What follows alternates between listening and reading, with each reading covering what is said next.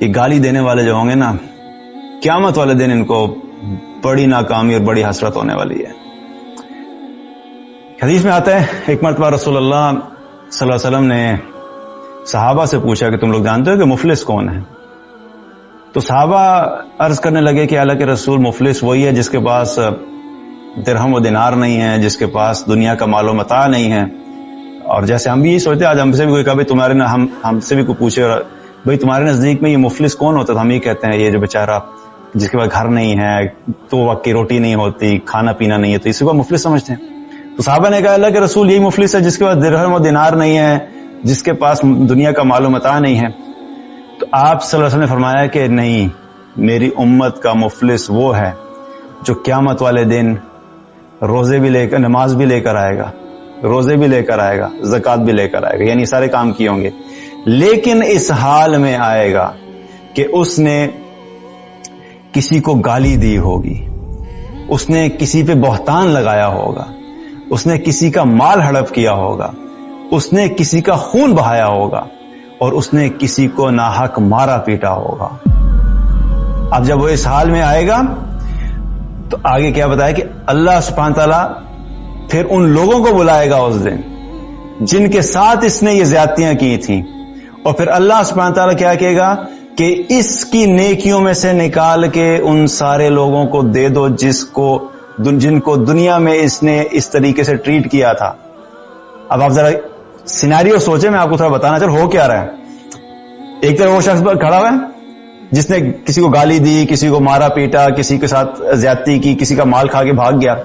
اور اپنی نمازیں پوری لے کر آیا ہے، 5 وقت کی نمازیں پڑھتا تھا، ماشاءاللہ تبارک اللہ، جماعت سے پڑھتا تھا،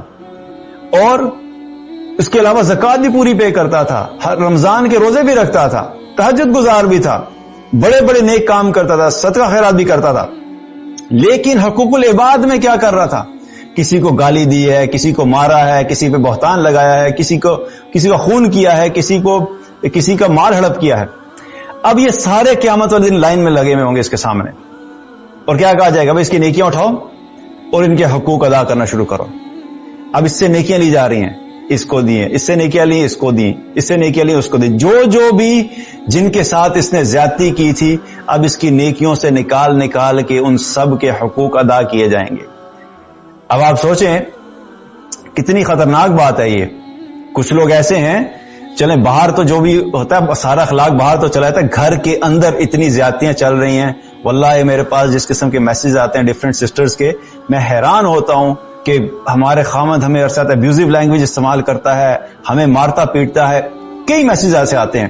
آپ سوچیں کہ وہ خامند جس نے اپنی بیوی کو 15 سال 20 سال گالیاں دیتا رہا اور مارتا رہا، اور وہ اللہ کی بندی سہتی رہی، اب آپ سوچیں کہ باہر کے لوگ تو دور کی بات ہے، جب یہ عورت قیامت والے دن اپنے خامند کے سامنے کھڑی ہوگی اور یہ خامند صاحب مطمئن آئیں گے، جی میں نے بڑی نمازیں کی ہیں، جی میں نے تو بڑے حج کیے ہیں، میں نے بڑی زکاتیں پے کی ہیں، اپنی بیوی کے ساتھ زیادتیاں کرتا رہا۔ اب سوچیں کہ ہو سکتا ہے کہ اس کے پاس اگر 1 لاکھ نیکیاں تھیں، اور اس نے جو بیوی کے ساتھ جو زیادتی کی، جو گالیاں دی اور اس کو مارا پیٹا، اس کے حقوق بھی بنے 1 لاکھ۔ اب اس کی 1 لاکھ نیکیاں اٹھا کے خامن صاحب کی نیکیوں سے نکل کے بیوی کی نیکیوں میں چلی جائیں گی، اور کیا ہوگا؟ اس کو جہنم میں پھینک دیا جائے گا اور وہ کامیاب ہو جائے گی۔ یہ میں اگزامپل بتا رہا ہوں، یہ کوئی بھی ہو سکتا ہے۔ بیوی کی اس لیے اگزامپل بتا رہا ہوں کیونکہ میرے سامنے بہت سارے میسج ہے، اس کا میں بتا رہا ہوں کہ یہ بہت بڑی زیادتی ہوتی ہے، جس کو ہم یوں سمجھتے ہیں بہت سارے لوگ کہ باہر کسی کو گالی دینا تو بڑا گناہ کا کام ہے، لیکن بیوی کو گالی دینا بڑے ثواب کا کام ہے۔ عجیب مائنڈ سیٹ ہے کہ بیوی کے ساتھ بد اخلاقی کرنا، بیوی کو مارنا پیٹنا، بیوی کے حقوق ادا نہ کرنا، نو پرابلم، لوگ یہ سمجھتے ہیں کوئی مسئلہ نہیں ہے جی، بیوی ہے۔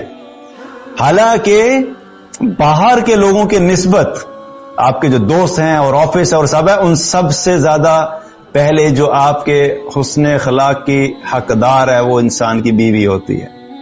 آف کورس والدین تو ہیں، والدین کے علاوہ میں بتا رہا ہوں کیونکہ بیوی کے ساتھ جو زیادتی ہیں میں اس کی بات کر رہا ہوں۔ تو آپ سوچیں کہ کتنی خوف کی بات ہے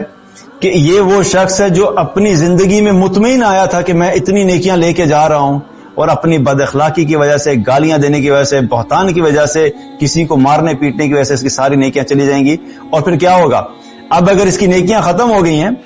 اور لوگوں کے حقوق ابھی باقی ہیں، کہ بھائی جان نے کوئی 40-50 سال لوگوں کے ساتھ زیادتیاں کی تھیں، اب کیا ہوگا جی؟ اس کی تو نیکیاں ختم ہوگی، اب باقی لوگوں کے حقوق کیسے پے ہوں گے؟ کیونکہ کریڈٹ ہی ختم ہو گیا، اب آپ کے پاس ہے ہی کچھ نہیں. تو کیا کہا جائے گا؟ اب ان کے جو گناہ ہیں جس کے انہیں حق ادا کرنا ہے، ان کے گناہوں کو اٹھاؤ اور ان کے گناہوں کو اس کے اوپر ڈال دو، کیونکہ اللہ سبحانہ تعالیٰ انصاف کرنے والا ہے. واللہ اگر ہمیں اس دن کے انصاف کے بارے میں پتہ لگ جائے، ایک ذرہ برابر بھی اگر کسی نے زیادتی کی ہوگی، اللہ تعالیٰ بھاگنے نہیں دے گا. چاہے بیوی کے ساتھ کی ہو یا بیوی نے خاوند کے ساتھ کی ہو، والدین نے بچوں کے ساتھ کی ہو، بچوں نے والدین کے ساتھ کی ہو، انسان نے اپنے آفس میں کی ہو، باہر کی ہو، محلے والوں کے ساتھ کی ہو، خاندان والوں کے ساتھ کی ہو، ایک ذرہ برابر بھی آپ نے کسی کی زیادتی کی، اللہ بھاگنے نہیں دے گا اس دن. دنیا میں آپ جدھر مرضی بھاگ لیں، آپ دنیا کے قانون سے بھی بھاگ سکتے ہیں، پولیس سے بھی بھاگ سکتے ہیں، کورٹ سے بھی بھاگ سکتے ہیں، جج سے بھی بھاگ سکتے ہیں، لیکن قیامت والے دن اللہ سبحانہ تعالیٰ پکڑے گا اور ایک ایک زیادتی کا حساب دلائے گا. اب جب اس کے نامہ اعمال میں سے نیکیاں ختم ہو جائیں گی، ان کے گناہ لیے جائیں گے اور اللہ ان کے اوپر ڈالے گا، کیونکہ اللہ نے ان کو کمپنسیٹ کرنا ہے. اللہ بغیر انصاف کے وہ دن ختم نہیں کرے گا. اس دن کا نام ہی کیا ہے؟ انصاف کا دن ہے، حساب کا دن ہے. اللہ سبحانہ تعالیٰ پھر ان کے گناہوں میں سے نکالے گا تاکہ ان کا بوجھ ہلکا ہو اور اس شخص کے پلڑے میں ڈال دے گا جس نے زیادتی کی تھی، اور پھر کیا ہوگا کہ اس کو جہنم میں ڈال دیا جائے گا. گئی آپ کی ساری نمازیں، ساری زکوٰۃ، سارے روزے، بڑے بڑے ذکر جو کیے تھے، رات کو تہجد کے اندر کھڑے ہو کے نمازیں پڑھا کرتے تھے، لوگوں کے ساتھ زیادتیاں کرنے کی وجہ سے ساری عبادات ضائع ہوگی. اتنا خطرناک معاملہ ہے حقوق العباد کا. اس لیے لوگوں کے ساتھ معاملہ کرتے ہوئے ہمیں بہت احتیاط کرنی چاہیے، اپنی زبان کی حفاظت کرنی چاہیے. اس کو اگر صحیح بات نہیں کرا سکتے تو اس کو زپ لگوا لیں.